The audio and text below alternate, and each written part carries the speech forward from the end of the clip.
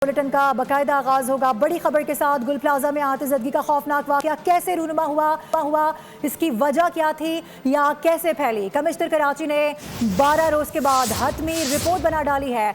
बड़ी आतिशबाजी के सबब बनने वाला बताया जा रहा है कि छोटे बच्चे को करार दिया जा रहा है। रिपोर्ट वजीर आला को आज ही पेश कर दी जाएगी। गुल प्लाजा में आतिशबाजी का खौफनाक वाकया कैसे रूनुमा हुआ, वजह क्या थी, आग कैसे फैली।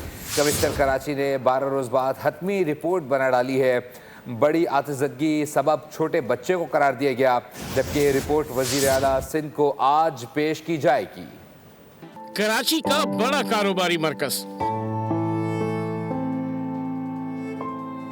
बड़े मरकज में बड़ी आतिशबाजी, वाकये का सबब छोटा बच्चा।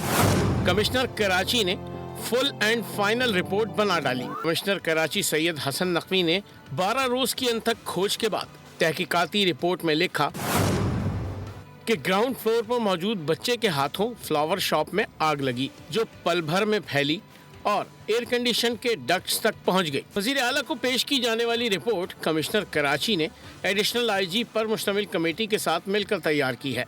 दावा किया गया है रिपोर्ट मुतासिरीन, ऐनी शाहिदीन और रेस्क्यू हुक्काम से हासिल मालूमात के बाद मुरतब की है।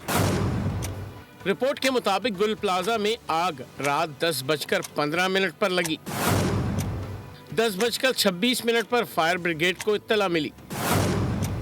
रिपोर्ट के मुताबिक डिप्टी कमिश्नर 10:30 बजे गुल प्लाजा पहुंचे। मैं सबसे पहला शख्स यहाँ पहुंचा हूँ। तकरीबन 9:45 बजे मैं यहाँ खड़ा था। फायर ब्रिगेड की गाड़ियाँ मेरे यहाँ 4 खड़ी थी उस टाइम। पहला फायर टेंडर 10:37 पर पहुंचा।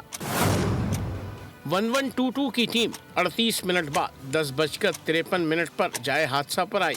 इंतहाई अर्करेजी से तैयार की गई रिपोर्ट में बताया गया है आतिशबाजी वाक़े में 79 अफराद जाँ बहक हुए।